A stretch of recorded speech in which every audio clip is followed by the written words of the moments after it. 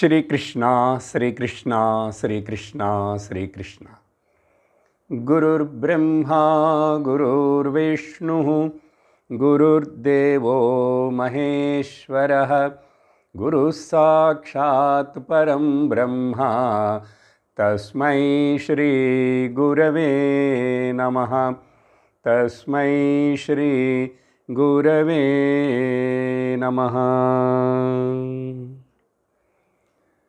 हरि ओम तत्सत्। सदाचारं ध्यानश्लोकं सच्चिदानन्दकन्दाय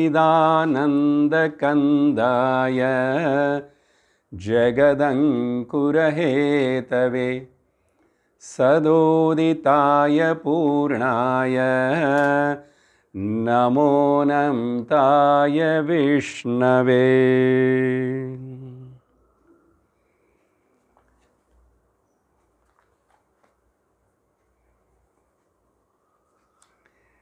శ్లోక 49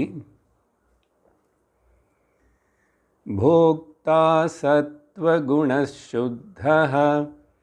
భోగానాం సాధనం రజః భోగ్యం తమోగుణం ప్రాహుః ఆత్మా చైషాం ప్రకాశకః।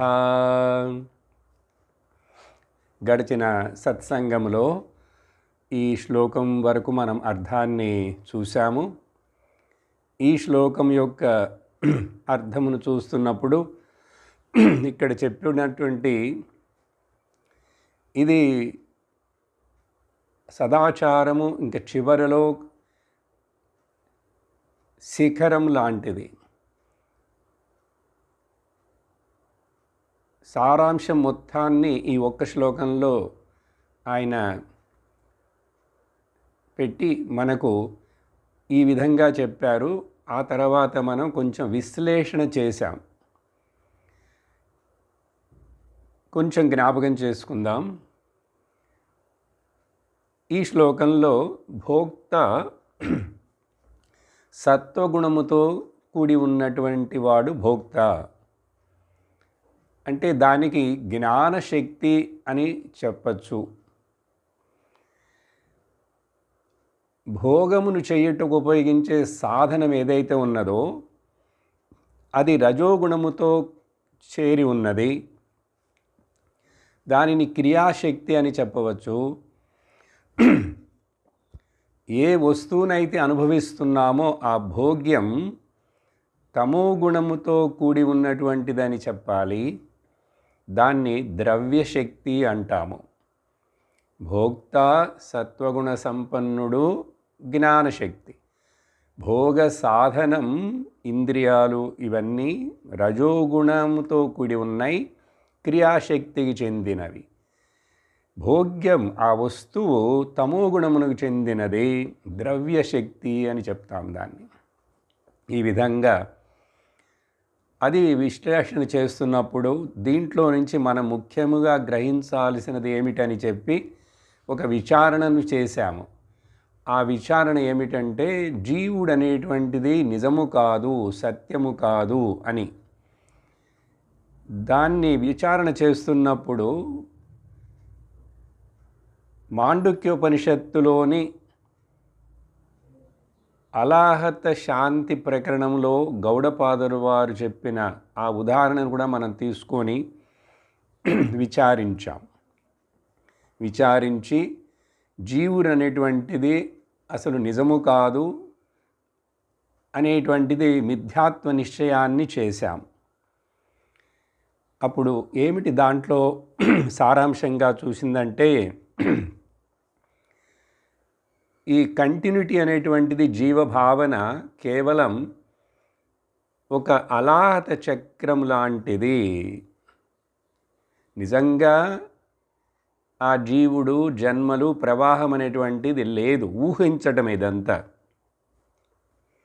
ఎలాగైతే నిప్పు కాగడాను రౌండ్గా తిప్పితే అది చక్రంలాగా కనపడుతుంది అన్నాం.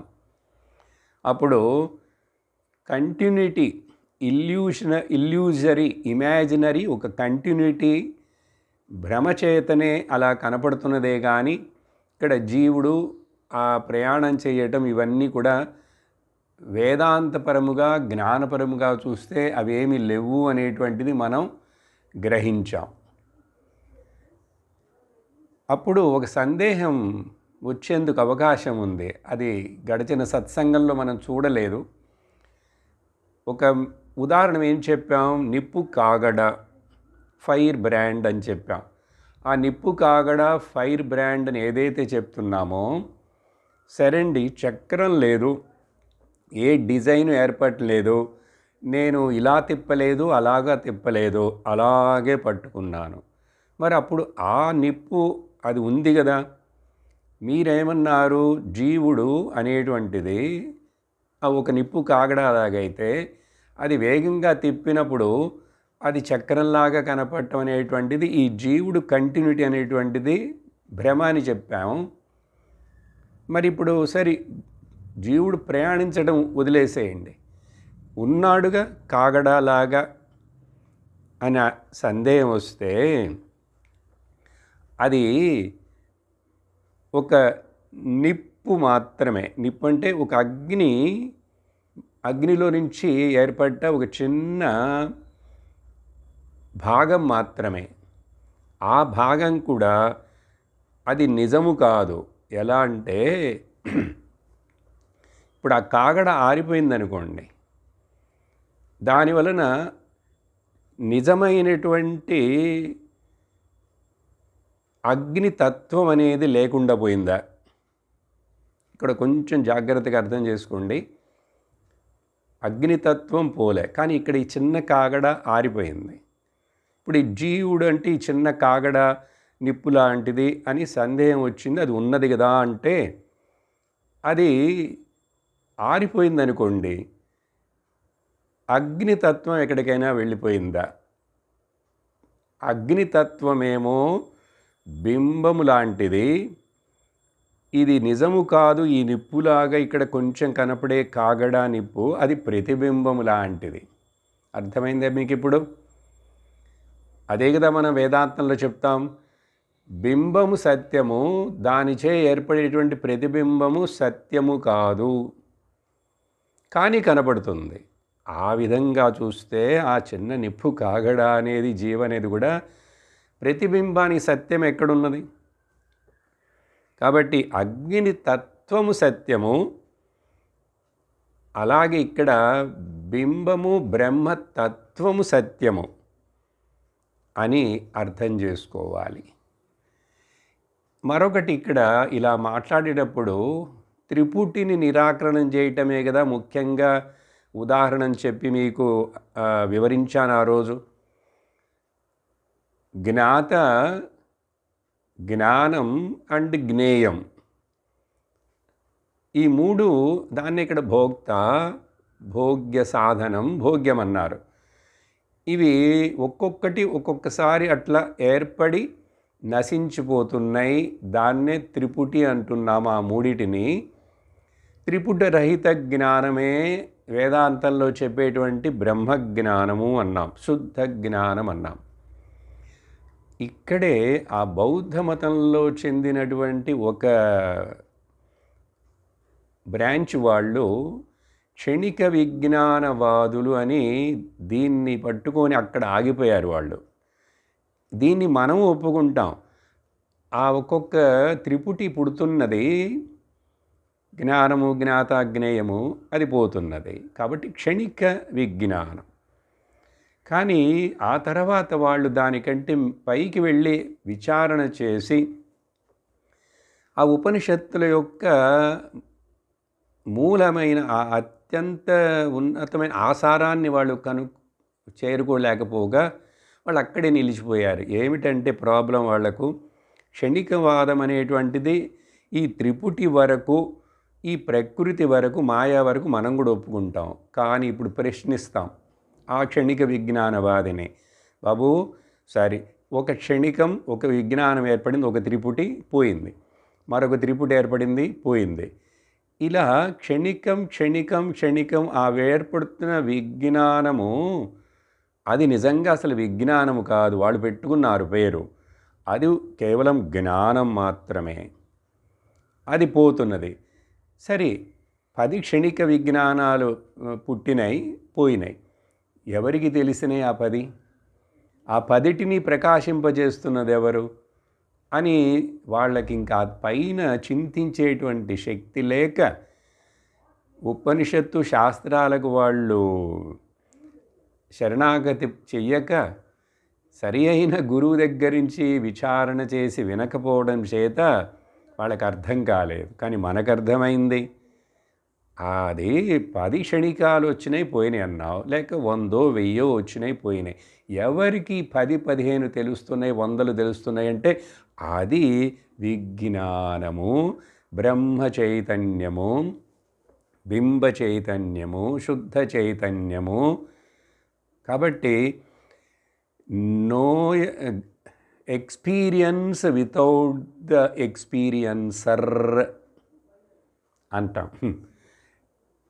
బ్రహ్మ అనుభవం ఉంది, కానీ అది ఎవరికో అనుభవపడేటువంటి ఒక విషయం కాదు, స్వానుభవం. కాబట్టి ఎక్స్పీరియన్స్ వితౌట్ ఎక్స్పీరియన్సర్, ఇది మళ్ళీ కొంచెం అదేంటండి అనుభవించేవాడు లేకుండా అనుభవం ఎట్లా ఏర్పడుతుంది అని మళ్ళీ సందేహం వస్తుంది. చూడండి, ఈ అనుభవం నువ్వే, సబ్జెక్టే ఆబ్జెక్ట్, ఆబ్జెక్టే సబ్జెక్టు, సబ్జెక్ట్ ఆబ్జెక్టులు 2 లేవు, 2 కలిసిపోతాయి. ఈ బ్రహ్మ స్వరూప నన్ను నేను అనేటువంటిది నేను ఉన్నాను కాబట్టి ఇంక మళ్ళీ దాన్ని తెలుసుకోవటానికి కూడా ఎక్స్పీరియన్స్ అవుతున్నది. ఉన్నాను, చూడండి, ఉన్నానని తెలుస్తున్నది. అందుకనే కదా ఎరుక, ఉనికి ఎరుక. చూసారా? కాబట్టి దీనికి ఇక్కడ ప్యూర్ ఎక్స్పీరియన్స్. అందుకనే ఆబ్జెక్ట్లెస్ అవేర్నెస్ అంటాం, లేక వస్తురహిత జ్ఞానం, విషయరహిత జ్ఞానం. అంటే అది ఎక్స్పీరియన్స్ వితౌట్ ఎక్స్పీరియన్సర్. సరే, అర్థమైతే ఓకే, ఇంకెక్కువ అంతకంటే కష్టపడద్దు. సరే, ఈరోజు ఆ తర్వాత శ్లోకాలకి వెళ్ళటానికి ముందు ఇంకా 4 శ్లోకాలలో శంకరాచార్యుల వారు చెప్పబోతున్నారు. ఇక్కడే ఈ శ్లోకంతో అంత వేదాంతం యొక్క సారమంతా చెప్పేయబడింది కదండి. జగత్తుని, జీవననే నెగెట్ చేసేసామంటే ఇంకా ఆ జీవుడికి కనపడుతూ అనుభవపడుతున్న జగత్ ఎక్కడుంది? అది లేదు. జీవ జగత్తులు లేకపోతే ఇంకా మరి ఆ అంపైర్ అయినటువంటి ఈశ్వరుడు, ఆయనకేం పని లేదు, ఆయన కూడా గప్చిప్ అయిపోయాడు. సరే, కానీ ఇప్పుడు చివరిలో 4 శ్లోకాలలో మనకు ఆశ్రమ ధర్మాలు అని చెప్తాం కదా, అసలు నిజంగా వాటిని ఎట్లా అర్థం చేసుకోవాలనేది శంకరాచార్యులు వారు చెప్పి ఈ గ్రంథమును ముగించబోతున్నారు. ఆ శ్లోకాలకు వెళ్ళే ముందు ఇప్పటి వరకు విచారణ చేసిన ఈ విషయం నిర్దిష్టంగా, ఖచ్చితంగా మనకు దాంట్లో నిష్ఠ ఏర్పడాలంటే ఆ జీవుడు సత్యము కాదు, మిథ్య అని ఒక 5-6 పాయింట్లు మాత్రం మనల్ని మనం అడుగుదాం. నన్ను నేను అడగాలి. బ్రహ్మ చైతన్యమైన నేను నిస్సంగుడిని. వేదాంతం ఇంత విన్న తర్వాత ఒప్పుకుంటాం కదా. అలాగే నిర్వికారుడను, నాలో మార్పులు లేవు, నేను దేనితోటి సంగము లేదు, కానీ పక్కనే ప్రకృతి, ఈ ఉపాధులు ఉన్నట్లుగా కనపడుతుంటాయి, అవి పనిచేస్తున్నాయి. ఎలాగంటే ఇది ఎండమావి యొక్క నీళ్లు భూమిని, ఏ భూమి మీద అయితే ఎండమావులు ఉన్నట్లుగా కనపడుతున్నాయో ఆ భూమిని ఎప్పుడైనా ఎక్కడైనా ఇంతైనా కూడా భూమిని తడుపుతాయా? తడి కనపడుతుందా? అక్కడ అంటలేదుగా, కానీ నీళ్లు ఉన్నట్లు ఉన్నాయిగా. మరి అలాగే సంసారము, ద్వైతము చుట్టూ ఉన్నట్లుగా ఉన్నదిగా. ఉన్నా కూడా ఆ శరీరంలో నేను ఉన్నట్లుగా ఇక్కడ ఒక అనుభవం ఏదో కనపడుతున్నప్పటికి కూడా నాకు ఏమి అంటుకోలేదు. అదండి అర్థం చేసుకోవాల్సింది. ఇవి లేవు అని నెగెట్ చేశాము. మీరెంత చెప్పినా ఎన్ని రోజులు క్లాసులు తీసుకున్నా ఇవి ఉంటున్నాయి కదండి, వాటితోనే కదా నేను ఇక్కడ నా జీవితాన్ని గడుపుతున్నానంటే ఉన్నాయి. కానీ నువ్వు శుద్ధ చైతన్యమైన నీకు అవి అంటలేదు. ఎండమావుల యొక్క నీళ్లు భూమికి అంటనట్లు. అప్పుడు ఈ ఏకమేవ అద్వితీయమైన నిస్సంగమైన నిరాకారమైన అప్రమేయమైన అభోక్త అయిన అకర్త అయినటువంటి ఈ బ్రహ్మ చైతన్యం, దానికి పుట్టుట ఏమిటి, గిట్టుట ఏమిటి, చక్రంలాగా తిరగటం ఏంటి, ఎక్కడ ఎవరు తిరుగుతున్నారు? లేని జీవుడు, కల్పించబడ్డ ఊహించబడ్డవాడు. తర్వాత క్వశ్చన్ ఇది, పుట్టేదెవరు, తిరిగేదెవరు? ఈ జీవితం అంటే జీవుడు చక్రం ఏమిటిది, ఎవరికిది? అలాంటి బ్రహ్మ చైతన్యమైన నాలో కర్త ఎవరు, భోక్త ఎవరు, ఎక్కడున్నాడు? ఎందుకు? ఏకమేవ కదా, ఒక్కటే ఉన్నప్పుడు ఈ కర్త భోక్త పుట్టటాలు చావటాలు ఎక్కడి నుంచి వస్తాయి? ఎప్పుడైతే అవి లేవో సుఖ దుఃఖాలు ఎక్కడ, ఎవరికి? ఈ ఇమాజినరీ డ్రీమర్ లాంటి వేకర్. అప్పుడు ఇంక బంధం ఎక్కడ,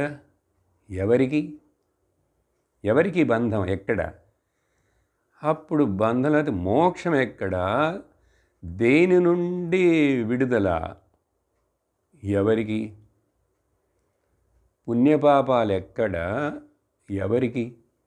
ఇలా ఈ ప్రశ్నలన్నీ మన లోపల నుంచి మనకు సమాధానం ఇవి నాకు చెందినవి కానే కావు అని చెప్పగలిగితే ఈ శ్లోకం వరకు శంకరాచార్యులు వారు చేసిన ఉపదేశము, మనము చేసిన ఈ విచారణ ఫలించింది అని అర్థం. ఇవన్నీ ఎవరికి ఉంటాయి? ఇక్కడ మనం ముముక్షులం కాబట్టి జ్ఞాననిష్టను పొందాలని అనుకుంటున్నాం కాబట్టి మనకు ఈ క్వశ్చన్లన్నీ. కానీ ఇవన్నీ ఎవరికి ఉంటాయి? ఎవరికంటే ఎవరు తనను బ్రహ్మమని గుర్తించకుండా ఉన్నవాడికి ఇది ఈ అత్యంత ఫైనల్ టీచింగ్. ఇది వాడికి స్వానుభూతిగా అపరోక్షముగా తెలియని వాడికి ఈ పైన చెప్పిన అడిగిన క్వశ్చన్లన్నీ ఉంటాయి. చూసారా? కాబట్టి ఆ క్వశ్చన్లు మనకు లేవు, మనకు ఉండకూడదు. ఇవన్నీ మళ్ళీ మీరే ఒకసారి అడిగి చూసుకోండి, రాసుకోండి. జనన మరణాలు ఎవరికి, కర్తాభోక్త ఎవడు, అసలు నిజంగా విచారిస్తే సుఖదుఖాలు ఎవరికి, పుణ్యపాపాలు ఎవరికి, బంధమోక్షాలు ఎవరికి? ఇవన్నీ మనసులో పెట్టుకునే కదా మరి నిర్వాణ షట్కంలో వారు న పుణ్యం న పాపం న సౌఖ్యం న దుఃఖం అని ఆ శంకరాచార్యులు వారు ఇదంతా రాశారు. అందువలన దీన్ని చక్కగా ఆకలింపు చేసుకొని మనం అనుభూతికి నిత్యం ఈ చింతనలో ఉంటుంటూ ఒక పక్కన ఈ వ్యవహారము ప్రపంచము అన్నీ కనపడుతున్నప్పుడు కూడా లోపల నిస్సంగుడను అని చెప్పి అసంగోహం పునః అని ఉండాలి. సరే, తర్వాత విషయానికి వస్తున్నాం. 4 ఆశ్రమ ధర్మాలు చెప్పబోతున్నారు. వాటికి నిజమైన అర్థాన్ని ఇవ్వబోతున్నారు. ఎలాగైతే సదాచారములో అక్కడ వివరించిన 12 విషయాలు జ్ఞాని దృష్టిలో అవన్నీ ఏమిటి అని చెప్పి మనం చూసాం, చాలా వివరణంగా చూసాం. అప్పుడు అదేవిధంగా ఇక్కడ ఆ జ్ఞాని దృష్టిలో చూడబడినటువంటి ఆ సదాచారాలన్నీ ఇక్కడ ఒకవేళ ఇంకా జ్ఞానము నిష్ఠ పొందలేదన్న సాధకుడికి కూడా అవి ఇక్కడ సూచనలుగా సాధనలుగా ఉంటాయని చెప్పి దానికోసం మిగతా శ్లోకాలన్నీ శంకరాచార్యులు వారు రాసి వివరించారు. ఇప్పుడు ఆ దృష్టిలోనే ఈ చివరి 4 శ్లోకాలు ఆశ్రమ ధర్మాలు. 50వ శ్లోకంలో బ్రహ్మచర్యము అంటే ఏమిటి, బ్రహ్మచర్య ఆశ్రమం చదువుదాం. 50వ శ్లోకం. బ్రహ్మాధ్యయనమం సంయుక్తః బ్రహ్మచర్యరతః సదా సర్వం బ్రహ్మేతి యో వేద బ్రహ్మచారీ స ఉచ్యతే.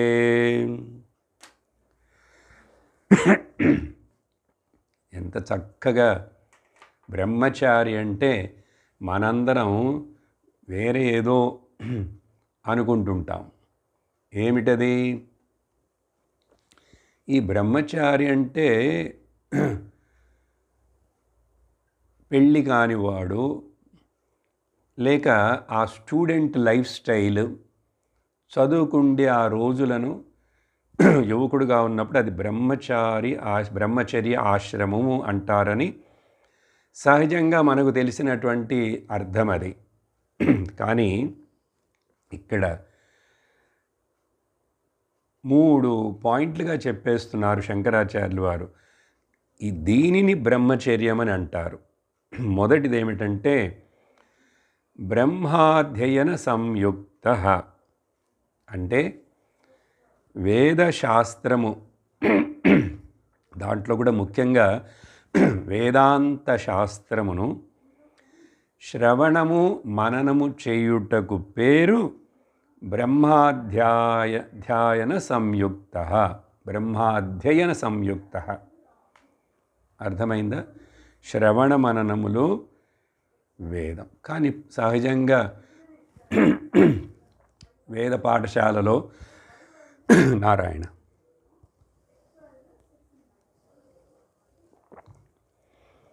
పిల్లలు చదువుకోవడానికి వెళ్ళినప్పుడు వాళ్ళకి వేద పారాయణం చేసి అభ్యాసం చేయించుతారు కదా. అలా ఉన్నవాడిని గురుకులంలో ఉంటూ బ్రహ్మచారులు అంటారు. అని ఇక్కడ ఏం చెప్తున్నారు చూశారు అర్థం? శ్రవణము చేయాలి, శ్రవణము చేసిన దాన్ని మననం చేయాలి. అది బ్రహ్మచారి ఆశ్రమంలో ఉన్నప్పుడు చేస్తే ఏమిటి, లేక మామూలుగా ఉన్నప్పుడు చేస్తే ఏమిటి?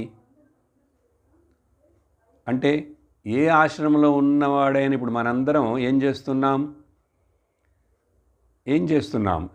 వేదాంతమును శ్రవణం చేస్తున్నాం. ఆ శ్రవణం చేసిన దాన్ని మననం చేసుకుంటూ సందేహాలను తొలగించుకుంటున్నాం. అవునా కాదా?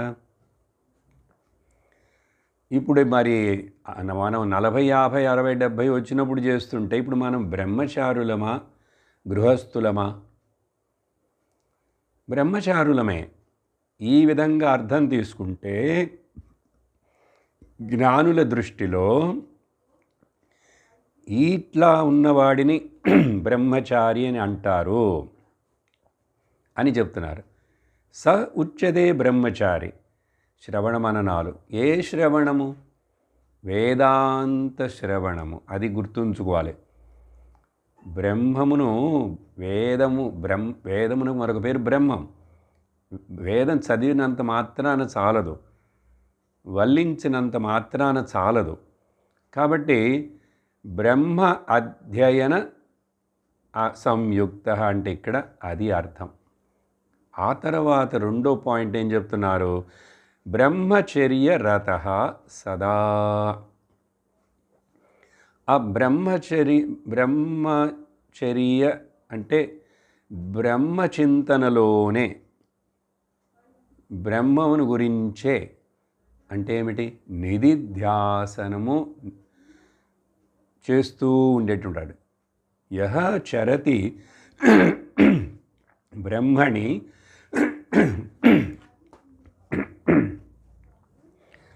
యహ చరతి బ్రహ్మణి సహ బ్రహ్మచారి. చూసారా ఇక్కడ సదా అనే పదం బ్రహ్మచర్యాశ్రమం అంటే మరి కొన్నేళ్లేగా చదువుతారు, 16 ఏళ్ళ 18 ఏళ్ళ. ఆ తర్వాత ఇక్కడ సదా అంటున్నారు.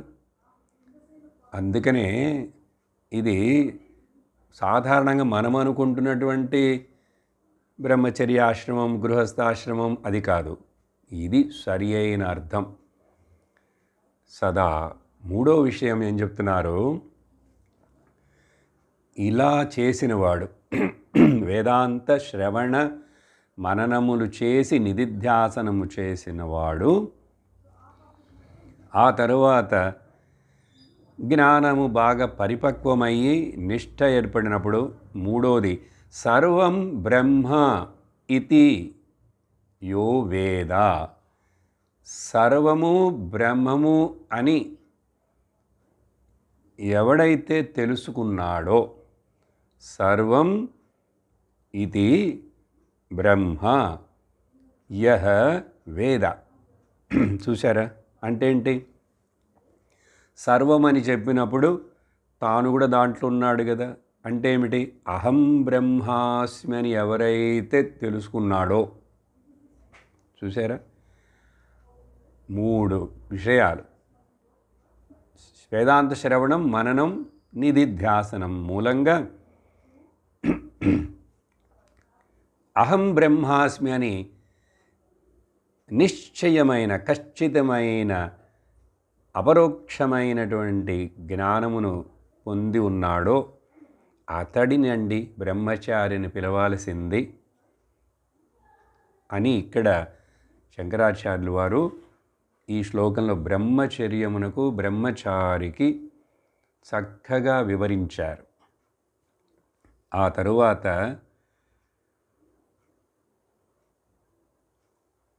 గృహస్థుని గురించి చెప్తున్నారు 51వ శ్లోకంలో. చదువుతాం. గృహస్థో గుణమధ్యస్థః శరీరం గృహముచ్యతే గుణాః కుర్వంతి కర్మాణి నాహం కర్తేతి బుద్ధిమాన్. గృహస్థుడికి చూడండి ఎట్లా చక్కగా అర్థమిస్తున్నారో. శరీరం అనే గృహంలో నివసిస్తున్నవాడు గృహస్థుడు. శరీరం గృహముచ్యతే. ఈ శరీరాన్నే గృహమని చెప్పారు, చెప్పారు కాదు. నువ్వు ఇది గృహము ఎందుకంటే నేను దీంట్లో నివసిస్తున్నాను కదా. ఈ దేహంలో నేను దేహీగా నివసిస్తున్నానుగా. నా కోసం శరీరమా, శరీరం కోసం నేనా? ఇల్లు కట్టుకొని గృహప్రవేశం చేస్తే ఇల్లు నా కోసమా లేక ఇంటి కోసం నేనా? నా కోసం ఇల్లు. అప్పుడు శరీరమునకు గృహమని పిలుస్తారు.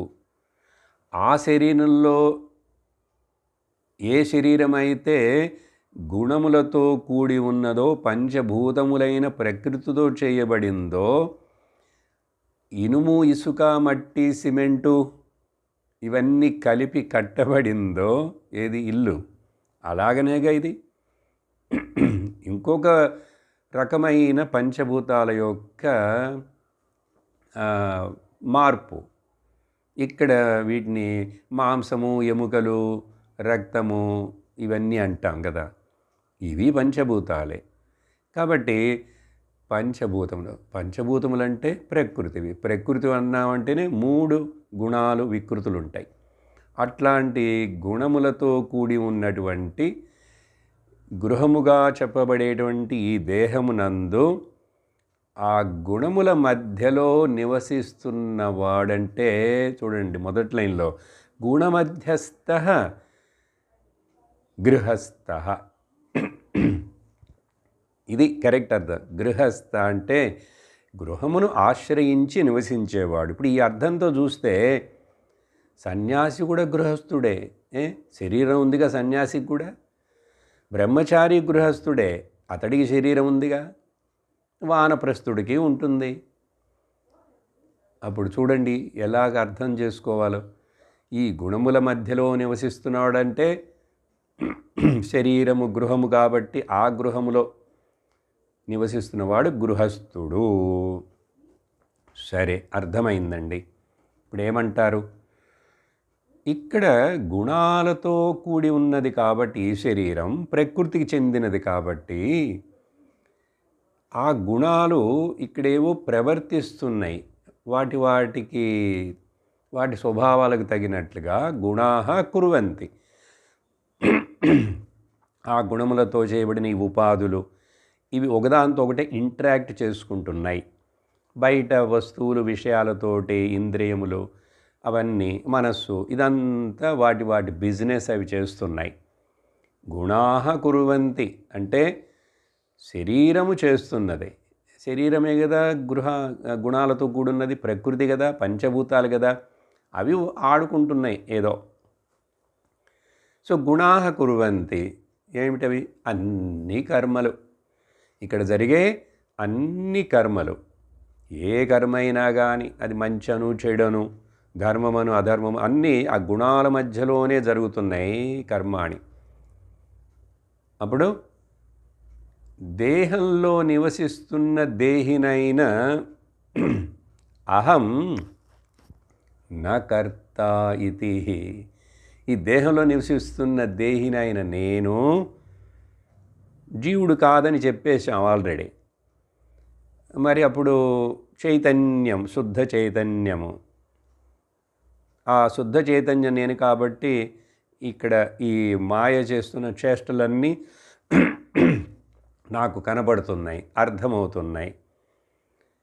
అప్పుడు నేను చేస్తున్నానని ఎందుకు అనుకోవాలి? తప్పు కదా. నేను చేస్తున్నానని ఎందుకు అనుకుంటామంటే అహం కర్త, అహం భోక్త అనేది ఎవరు? అజీవుడు ప్రిడామినెంట్గా ఉన్నప్పుడు, నిన్ను నిజస్వరూపం నిజంగా తెలుసుకోనందువలన, నీ నిజస్వరూపం నీవు నిజముగా తెలుసుకోనందువలన నీవు చేస్తున్నావు అని అనుకుంటున్నావు. ఇది ఎంత పెద్ద తప్పు. కానీ బుద్ధిమాన్, బుద్ధి వివేకము ఉన్న ఈ గృహస్థుడు, అది ఏ మనిషి అయితే ఏంటండి, శరీరంలో ఉన్న ప్రతి దేహి అతడు నిజంగా శుద్ధ చైతన్యమని వివేక వైరాగ్యాలు ఉపయోగించి బుద్ధిమంతుడైన వాడు. అంటే ఎవరండి? గురువును ఆశ్రయించినవాడు, శాస్త్రమును ఆశ్రయించినవాడు, శ్రవణమును ఆశ్రయించినవాడు బుద్ధిమంతుడండి. ఈ లోకంలో మరెవ్వరూ కాదు.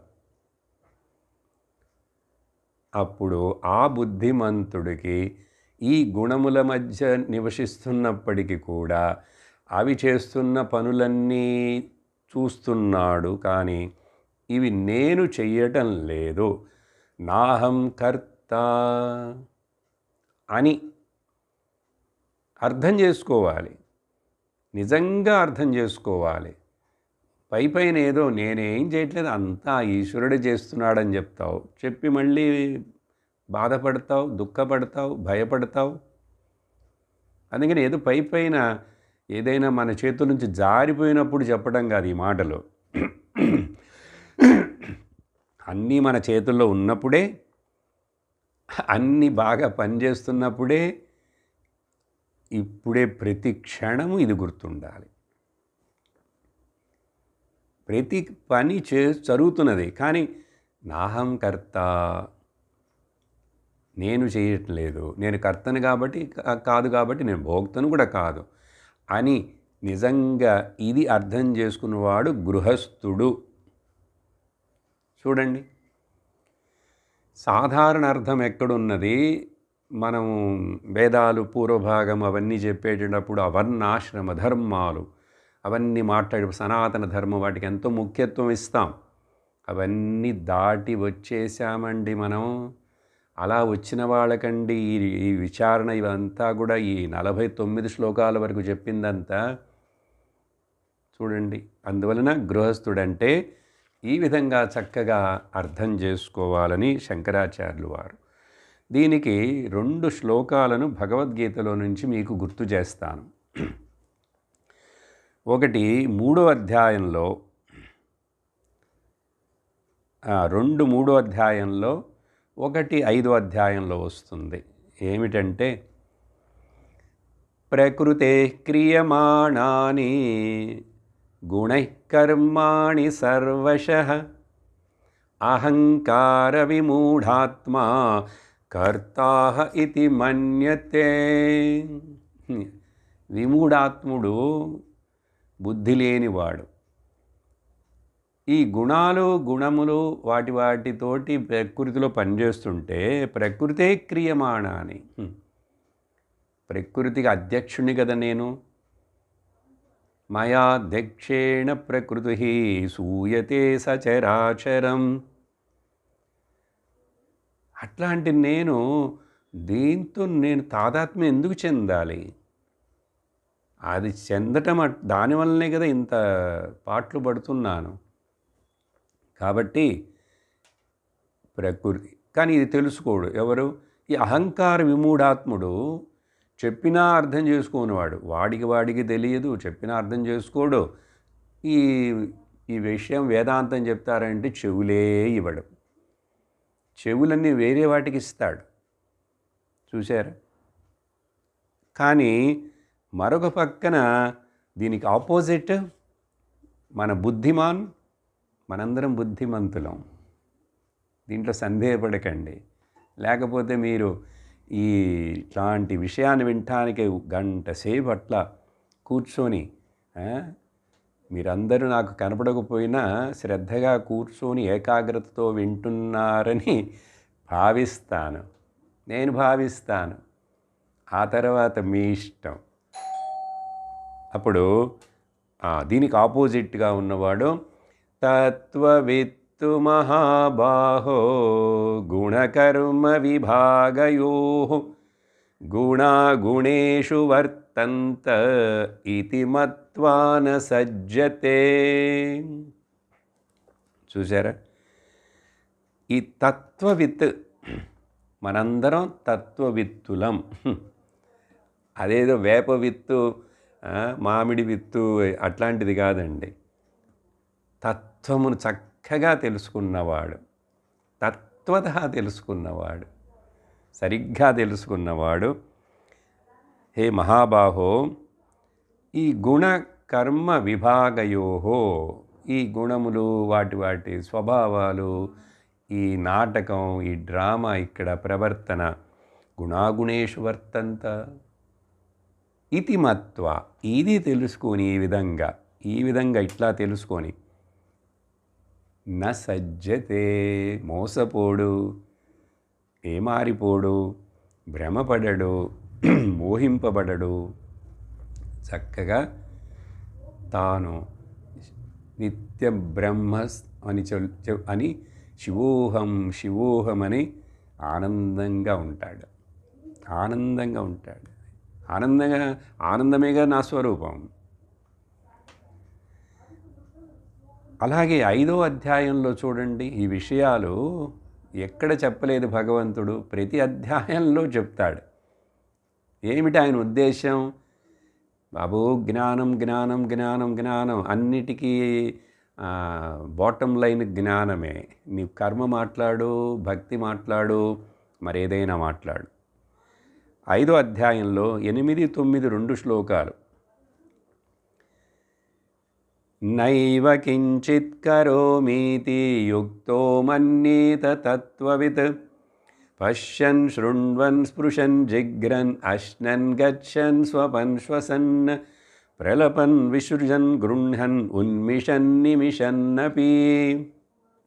ఇది చెప్పడం కష్టమే, కలిపి రాయటం కూడా సంస్కృతం కష్టమే. జిలేబీలాగా అట్లా వెళ్ళిపోతాయి కలిసి కలిసి కలిసి కలిసి పదాలు. సరే, ఏంటి అక్కడ? కించిత్ ఏవ న కరోమి, నైవ కించిత్ కరోమి. నేనేమీ చేయటం లేదు, నేను సోంబేరిని. బ్రహ్మం సోంబేరి. అట్లాగా కాదు. జగత్ సాక్షి, సర్వధీ సాక్షిభూతం, భావాతీతం, త్రిగుణరహితం. నైవ కించిత్ కరోమీతి యుక్తః మన్యేత తత్వవితో. ఇది ఎవరు? ఈ వేదాంత శ్రవణం చేసి గురువు దగ్గర నుంచి బోధన విన్నవాడు యుక్తుడు. మన్యతే తత్వం. ఏంటి? ఈ 13 చెప్పారు. చూడటం, వినటం, తినటం, మాట్లాడటం, కూర్చోవటం, లేవటం, నడవటం, ఇంకా అన్నీ, విసర్జన చేయటం, కళ్ళు మూయటం, తెరవటం, ఈ పనులన్నీ. అంటే అన్ని క్రియలు ఒక 13 ఎగ్జాంపుల్ చెప్పి అవన్నీ కూడా ఇంద్రియాణి ఇంద్రియార్థేషు, అవన్నీ వాటికి అవేంటో వాటి మధ్యలో అవి పనులు చేసుకుంటున్నాయి. నాకు సంబంధం లేదు. నేను అంపైర్. క్రికెట్ వాళ్ళు ఏదో ఆడుకుంటున్నారు, కొంచెంసేపు వీళ్ళు బాల్ వేస్తూ ఉంటున్నారు, వాడు బ్యాటింగ్ అంటున్నారు, ఏదేదో చేస్తున్నారు, నేను ఇక్కడ కూర్చొని చూస్తున్నా. అట్లాగా వర్తంత ఇతి ధారయన్, అవన్నీ వాటి పని అని చెప్పి ఇట్లా గుర్తించిన వాడు బుద్ధిమానం. అప్పుడు నిజంగా నువ్వు గృహంలో, శరీరం అనే గృహంలో ఉంటూనే ఇది గ్రహించావంటే నువ్వు చాలా good boy, good girl. Okay, అందామా? బుద్ధిమాన్. Okay, good man, good woman. సరే, ఆ తర్వాత మూడోది వానప్రస్థాశ్రమం. ఈ విభజనలు ఇవన్నీ ఇప్పుడు చూడలేము. ఆ రోజులలాగా బ్రహ్మచర్య ఆశ్రమం, గురుకులాలు లేవు. ఇప్పుడు ఏదో జరుగుతున్నాయి. కానీ విషయం అర్థం చేసుకుంటే చూడండి, ఎక్కడ ఉన్నది విషయం అసలు. శంకరులు ఆయన తప్ప ఎవరు చెప్పలేరు ఇట్లా. అందుకని సదాచారం చాలా అద్భుతమైన పుస్తకం. విషయం భాగ్యం, మనందరం వింటున్నాం. 52 చదువుతాం. కిముగ్రైశ్చ తపోభిశ్చ యస్య జ్ఞానమయం తపః హర్షామర్ష వినిర్ముక్తః వానప్రస్థ స ఉచ్యతే. ఇతడినండి వానప్రస్థమని పిలుస్తారు. వానప్రస్థుడని చెప్పాలి, చెప్పబడింది. ఎవరితడు? ఎవరికైతే ఈ శ్రవణ మనన నిధిధ్యాసనాలే అతడికి తపస్సు.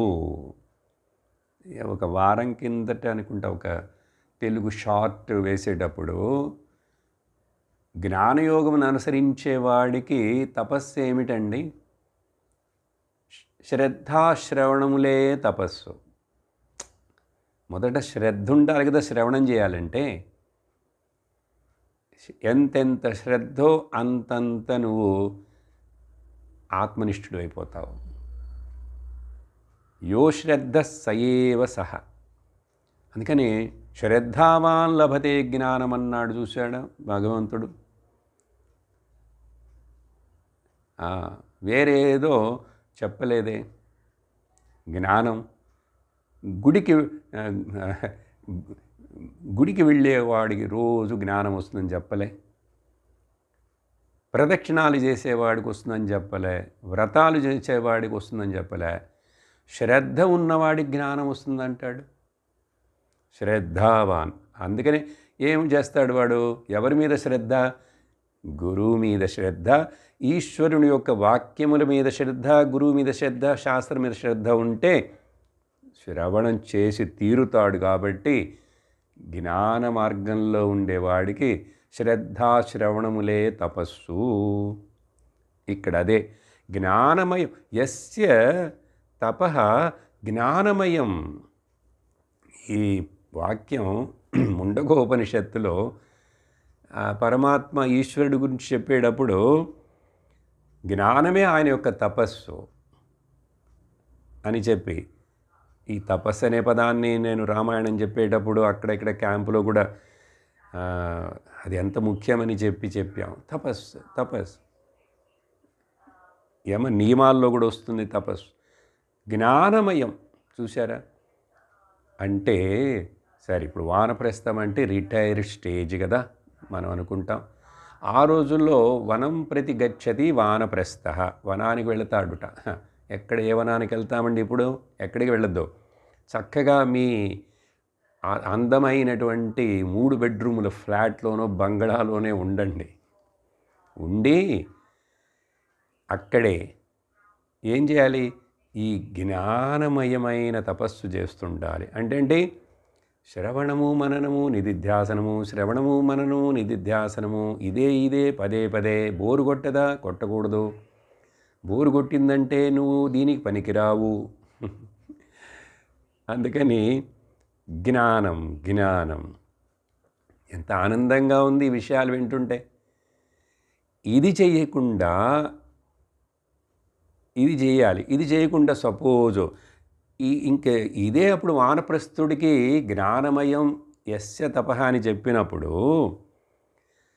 కిం ఉగ్రైః చ తపోభిః చ, ఎందుకు వేరే కష్టమైన శరీరాన్ని టార్చర్ చేసుకుంటూ వ్రతాలంటూ అనేకమైనవి చేస్తుంటారు జనాలు. చూసారా లోకంలో? అబ్బా కోకొల్లలు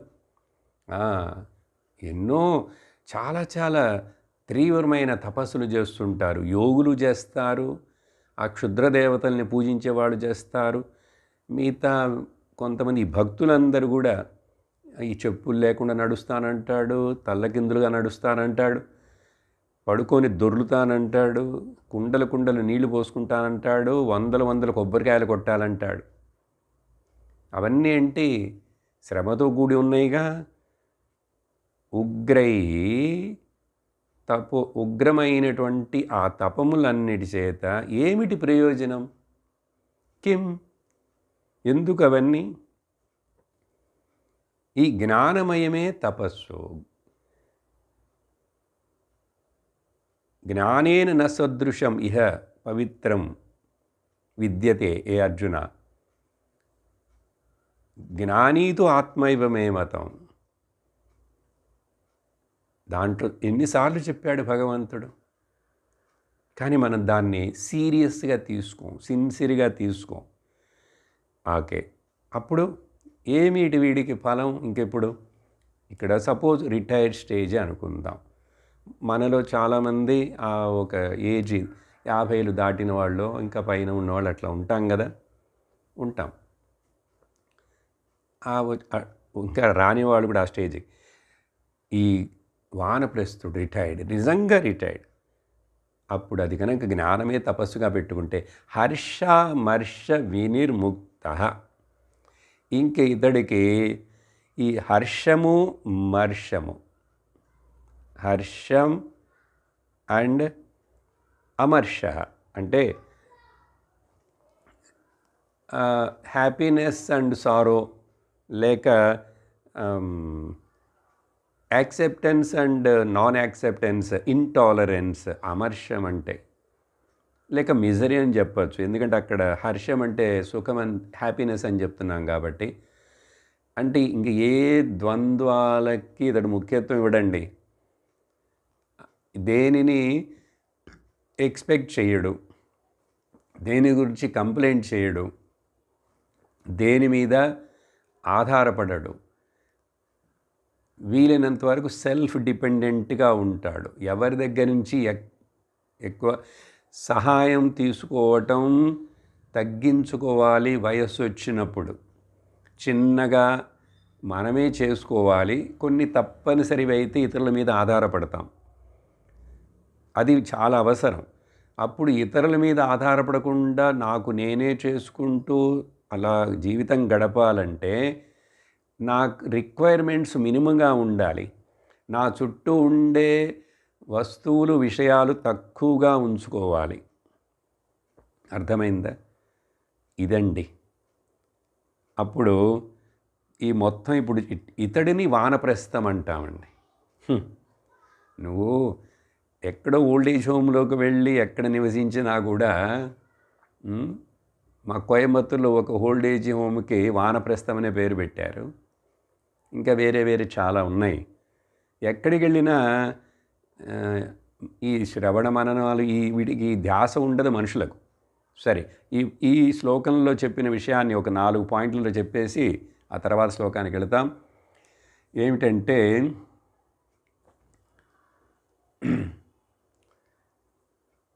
ఈ కింద చెప్పే ఇప్పుడు 4 విషయాలు ఉన్నాయంటే మనం నిజంగా వానప్రస్థ ఆశ్రమను గడుపుతున్నామని అర్థం.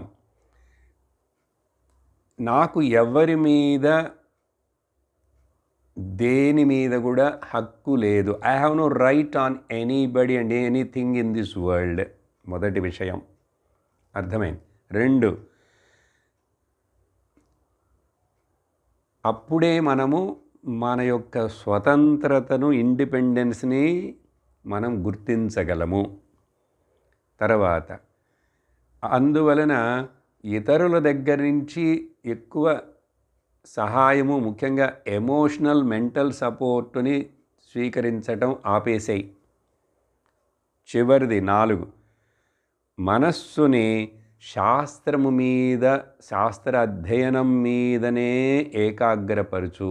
ఇవి చేస్తున్నావంటే మనం వానప్రస్థులం నిజంగా. అప్పుడు చివర 53వ శ్లోకంలో సన్యాసం గురించి చెప్తున్నారు చూడండి. దేహన్యాసో హి సన్యాసః నైవ కాషాయ వాససా నాహం దేహో మహాత్మేతి నిశ్చయో జ్ఞానలక్షణం. 4వ స్టేజ్ అంటే చూడండి, అలా ఆశ్రమ వ్యవస్థలో తీసుకున్నాను. ఇప్పుడు సన్యాసి అంటే అసలు ఎవరు నిజంగా? చూడండి, దేహమును సన్యసించిన వాడే, దేహాత్మభావనమును త్యాగము చేసిన వాడే నాహం దేహః అని చెప్పి దేహాత్మభావమును ఎవరైతే వదిలేస్తాడో అతడు సన్యాసి. కానీ కాషాయ బట్టలు వేసుకున్నవాడు, గుండు కొట్టించుకున్నవాడు, జుట్టు పెంచుకున్నవాడో, ఆశ్రమంలో ఉన్నవాడో అని కాదు. ఎంత క్లియర్ డెఫినేషన్. ఇప్పుడు ఈ భావన కోసం మనం ఎక్కడికి వెళ్ళాలి? నువ్వు ఎక్కడుంటే ఏంటి చెప్పాం కదా. దేహం నేను కాదు, దేహో నాహం, దేహ నా అహం న దేహః అని ఈ దేహ అధ్యాసనను, దేహాత్మభావన ఎవరైతే వదిలేస్తాడో అతడు సన్యాసి. అతడు మహాత్మా అని అతడిని పిలుస్తారు. మహాత్మా ఇది. నిశ్చయ. ఏమిటి నిశ్చయ? జ్ఞానలక్షణం. అతడికి జ్ఞానము వచ్చేసిందంటే స్వరూప జ్ఞానం. అతడు ఎక్కడున్నాను, ఏ స్థితిలో ఉన్నాను, ఎట్లా ఉన్నాను, ఎవరైనాను, అతడు సన్యాసియే. అప్పుడు ఏం చెప్పాలి? జ్ఞానం సన్యాస లక్షణం. జ్ఞానం సన్యాస లక్షణం. సన్యాసం తీసుకొని జ్ఞానం పొందడానికి ప్రయత్నించట్లేదు. పొందలేదంటే ఆ బట్టలు వేసుకొని మళ్ళీ ఇంకేదో జనాన్ని మోసగిస్తూ ఏదో చేస్తూ పొట్టగుడ్డి కోసం తిరుగుతూ, లేక ఆ కాషాయ వస్త్రాలు వేసుకొని ఆశ్రమాలలో అనేక రకములైనటువంటి వేరే వేరే డిపార్ట్మెంటుల్లో పనులు చేస్తూ, అకౌంట్స్ చూస్తూ, క్యాషియర్గా ఉంటూ, ట్రాన్స్పోర్ట్ స్వామీజీ, కిచెన్ స్వామీజీ, బుక్ స్టాల్ స్వామీజీ, ఇవన్నీ చేయటానికే సన్యాసం తీసుకున్నావు. ఇలా వీటిలో ఎక్కువగా పాల్గొనేవాళ్ళు ఈ శ్రవణ అధ్యయన శాస్త్ర అధ్యయనంలో డీప్గా వెళ్ళలేరు. వెళ్ళారంటే అసలు అవన్నీ చేయటానికి మనస్సు రాదు. అసలు ఇవన్నీ ఇంత వింటుంటే ఇప్పుడు మనకే అసలు నోరు తెరిచి ఇంకా మాట్లాడటానికే మనస్సు రాకూడదు. మాట్లాడటానికంటే అతివాగుడు, అనవసరమైన మాట మాట్లాడటానికి మనసు వస్తుందా? రాదు. మరి అట్లాంటప్పుడు ఆ పనులను ఎట్లా చేస్తున్నారంటే శాస్త్రంలో లోతుగా వాళ్ళకి వెళ్ళి చదివి అర్థం చేసుకోవాలి అనేది, ఏకాకిగా ఉండాలని, ప్రశాంతంగా ఉండాలని లేదు కాబట్టి, ఇంకా రజోగుణం ఉంది కాబట్టి అది అక్కడ చేస్తారు ఆ డ్రెస్సులు వేసుకొని. సరే, కాబట్టి బాబు ఇది సన్యాసం జ్ఞాన లక్షణం కాదు, జ్ఞానం సన్యాస లక్షణం అని చెప్పి చక్కగా 4 ఆశ్రమాలకు ఇక్కడ శంకరాచార్యులు వారు మనకు అర్థమిచ్చారు.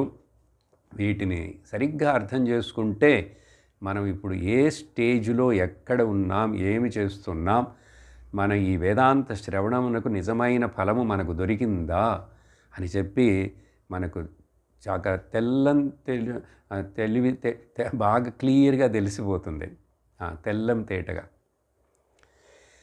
ఇది చెప్పడానికే భజగోవిందంలో భగవాన్ శంకరులు వారు, ఇదే శంకరులు వారు 2 చోట్ల దాంట్లో చెప్తారు. ఇదేంటంటే జటిలో ముండి లుంచిత కేశ కాషాయాంబర బహుకృతవేష పశ్యన్నపి చన పశ్యతి మూఢ ఉదర నిమిత్తం బహుకృతవేష భజ గోవిందం భజ గోవిందం. అర్థం మీ అందరికీ తెలుసు. ఎందుకు ఈ రకరకాల వేషాలు?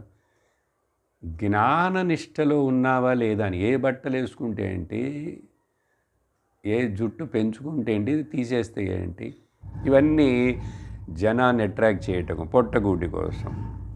మరికొందరు అగ్రే వహ్ని పృష్ఠే భాను రాత్రౌ చుబుక సమర్పిత జాను కరతల భిక్షాస్తరుతల వాస తదపి న ముంచతి ఆశాపాశ భజ గోవిందం. పంచాగ్ని తపస్సు అంటాడు, నీళ్లల్లో ఇంతవరకు నిలబడి తపస్సు అంటాడు, చల్లటి నీళ్ళల్లో. ఎందుకు ఇలా చేసి శరీరాన్ని ఎందుకు శ్రమ పెడతావు? అవసరమా? చివరికి జ్ఞానం వచ్చిందా లేదా అది చూసుకో, అది చూసుకో బాబు. కాబట్టి ఆశ అనేటువంటిది పోవటం లేదు ఇవన్నీ చేసినప్పటికి కూడాని. చక్కగా ఆ జ్ఞాని యొక్క లక్షణాలు, జ్ఞాని పొందాలనుకున్నవాడు తెలుసుకోలే విధంగా చక్కగా అక్కడ మనకు వివరించారు. చివరి శ్లోకం 54 ఫలశ్రుతి చెప్తున్నారు శంకరాచార్యులు వారు. ప్రతిదానికి ఫలశ్రుతి ఉంటుంది కదా. మరి విష్ణు సహస్రనామ ఫలశ్రుతి శృతి, లలితా సహస్రనామానికి ఫలశ్రుతి, అన్నిటికీ ఉంటాయి. 54 చివరి శ్లోకం. సదాచారమిమం నిత్యం ఏను సంధతతే బుధా సంసార సాగరా శీఘ్రం ముచ్యంతే నాత్ర సంశయ. ఎవరైతే ఒక తీవ్ర ముముక్షువు, సాధకుడు, జ్ఞాన మార్గమును ఎన్నుకున్నవాడు, ఈ సదాచారమును నిత్యం కనుక అనుసంధయతే అన్నారు. ఇక్కడ నిత్యం పారాయణం అంటే చేసుకోవచ్చు, పారాయణం చెయ్యాలి, ఇలాంటివి చెయ్యాలి. లేక ఈ సారాంశాలన్నింటినీ చక్కగా క్రోడీకరించుకొని రాసి మళ్ళీ చదువుతూ మనస్సులో పదిలం చేసుకుంటూ, ఈ బుద్ధిమంతులు, మళ్ళీ వైజ్ పీపుల్, వివేకం ఉన్న వాళ్ళు, ఇంకా ఈ లోక వ్యవహారాలు, సంసారాలు నాకు అన్నీ వద్దనుకున్నవాడు, తీవ్ర వైరాగ్యం ఉన్నవాడు, ఈ సదాచారమును గనుక ప్రతి దినము చదవటం, గుర్తు చేసుకోవడం చేశాడంటే, ఇక్కడ ఒక పాయింట్ అర్థం చేసుకోండి. ఇంత వేదాంత లోతైన విషయాలను మనం శ్రవణం నిజంగా ఇష్టపడి రుచిస్తూ వింటున్నామంటే మనకింక మరేవైనటువంటి పారాయణాలు అవన్నీ అవసరం లేదు. వాటికి ఖర్చు చేసే టైంని మనం ఇలాంటివి వేదాంత గ్రంథాలను చదువుకోవాలి. అక్కడ చెప్తారు అర్థవాదానికి. విష్ణు సహస్రనామం చివరిలో ఫలశ్రుతి శ్లోకాలు చాలా ఉన్నాయి. క్షత్రియుడికి విజయం కలుగుతుంది, బ్రాహ్మణుడికి ఇది కలుగుతుంది, శూద్రుడికి అది కలుగుతుంది, అందరికీ ఇది కలుగుతుంది అని చక్కగా ఎన్నెన్నో చెప్తారు. ఎందుకంటే అలా చెప్పి ఎట్లయినా వీడిని ఆస్తికుడుగా ఉంచి, భక్తుడుగా ఉంచి ఆ ముందుకు కొంచెం కొంచెం వాడిని నెట్టాలి కదా. అవన్నీ దాటేసి భగవంతుడు మనల్ని నెట్టి నెట్టి నెట్టి ఇక్కడికి తీసుకొచ్చేసాడు. ఇంక ఇక్కడ మళ్ళీ సందేహపడచ్చా? మళ్ళీ ఇక్కడ అది చేస్తాను ఇది చేస్తానని చెప్పి ఇవన్నీ చక్కగా రెగ్యులర్గా వినకుండా వీటిని మరలా మననం చేసుకోకుండా నెమర వేసుకోకుండా సమయమును వేరే వాటికి వృధాగా ఇవ్వచ్చా? మనస్సునట్టు పోనివ్వచ్చా? ఎంత తప్పు. కాబట్టి బుద్ధిమంతులు ఈ సదాచారం ఇలాంటివి చాలా ఉన్నాయి కదా. సాధన పంచకం 5 శ్లోకాలు, నిర్వాణ షట్కం 6 శ్లోకాలు, ఏకశ్లోకి ఒకే శ్లోకం, లేక ప్రాతస్మరణం 3 శ్లోకాలు, ఇవన్నీ మనపాఠం చేసుకోవాలి. స్తోత్రాలు స్తుతులు అవన్నీ చాలు. ఇంకా మనస్సు కొంచెం వెరైటీ ఏదో కావాలంటే ఎప్పుడైనా ఏదైనా చేసుకో. వాటిని అవి చేసి నీరసపడి ఆయాసపడి నువ్వు బుద్ధి అలసిపోకు. అప్పుడు జ్ఞానమునకు విచారణకి బుద్ధిలో శక్తి ఉండదు అని చెప్పి దీంట్లో ఒక్క సంశయం కూడా లేదు. ఖచ్చితం. ఏంటది? సంసార సాగరాత్ చాలా అతి తొందరలోనే, అసలు అతి తొందరలోనేంటి, ఇప్పుడే ఇక్కడే ఈ సంసార సాగరం అజ్ఞానం నుంచి విడిపించబడతాడు. దీంట్లో అత్ర నా సంశయ, అది గ్యారంటీగా చెప్తున్నారు. గురువుని నమ్మామంటే, శాస్త్రం నమ్మామంటే మనకు ఫలం ఇప్పుడే ఇక్కడే దొరుకుతుంది. అలా శంకరుల యొక్క కృపచేత, ఈశ్వరుడి కృపచేత మనం ఈ సదాచారం అనే ఈ చిన్న ప్రకటన గ్రంథాన్ని ఈరోజు ముగించగలిగాము.